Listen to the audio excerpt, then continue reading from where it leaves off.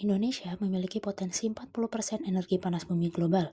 Bersamaan dengan semakin nyatanya dampak dari penggunaan bahan bakar fosil, pemerintah Indonesia menargetkan peningkatan diversifikasi sumber energi sebesar 5% pada tahun 2025. Salah satunya dengan memanfaatkan potensi panas bumi. Di antara PLTP di Indonesia adalah PLTP Muara Laboh. Di sini, saya Anissa akan melaporkan kajian aspek kesehatan masyarakat dalam dokumen KA Andal, kegiatan pengusahaan panas bumi untuk PLTP Muara Laboh 250 MW. Kegiatan ini terdiri dari 4 tahap, yaitu prakonstruksi, konstruksi, operasi, dan pasca operasi seperti yang ditampilkan pada salin dia ini. Bagian di sebelah kanan menggambarkan cara kerja PLTP. Secara ringkas, sumur produksi akan menghasilkan fluida yang terdiri dari campuran steam dan brine di langkah 1. Kemudian, keduanya dipisahkan di tahap 2, sehingga steam dapat digunakan untuk menggerakkan turbin dan menghasilkan listrik di langkah 5 yang akan dialirkan melalui PLN. Dari kegiatan konstruksi dan operasi PLTP akan dihasilkan brine dan air panas. Brine adalah air panas asin yang mengandung berbagai senyawa kimia dan logam berat. Di PLTP Muara Laboh, brine akan diinjeksikan kembali ke dalam perut bumi agar tekanan fluida tetap seimbang.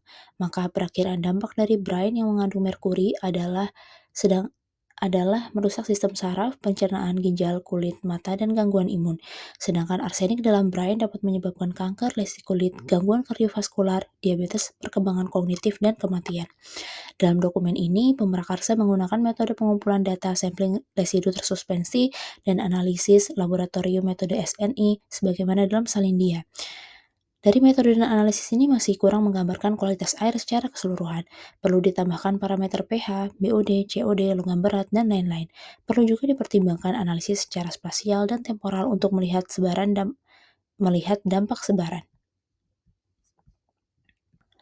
Dampak lingkungan dan kesehatan selanjutnya adalah kebisingan, dengan sumber dampak yaitu mobilisasi kendaraan berat, penyiapan lahan, konstruksi, pengujian sumur, dan operasional turbin, di mana perakiraan dampak ini akan menyebabkan adanya gangguan turbin yang melebihi baku mutu, sedangkan menurut pemrakarsa konstruksi masih di bawah baku mutu untuk masalah kebisingan.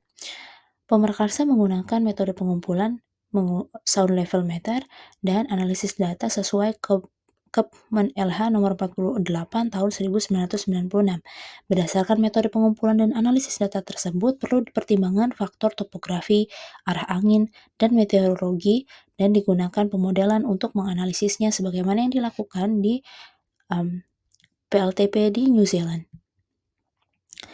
Dampak yang selanjutnya adalah kualitas udara, di mana sumber dampaknya yaitu debu dan gas dari mobilisasi kendaraan berat yang mengakibatkan peningkatan partikulat matter di udara.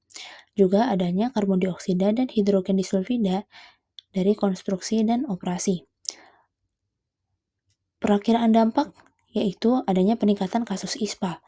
Adanya juga ketidaknyamanan karena hidrogen sulfida ini sifatnya adalah bau dan juga bisa pada tingkat tertentu dapat menyebabkan kematian.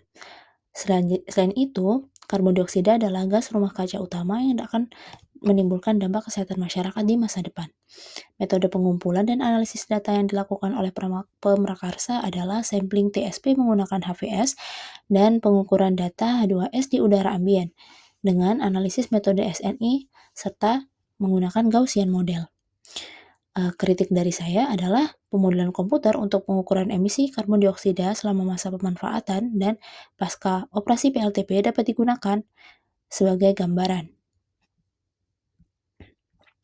Selanjutnya adalah social determinants of health, di mana sumber dampaknya berupa alih kepemilikan lahan dan perubahan pendapatan.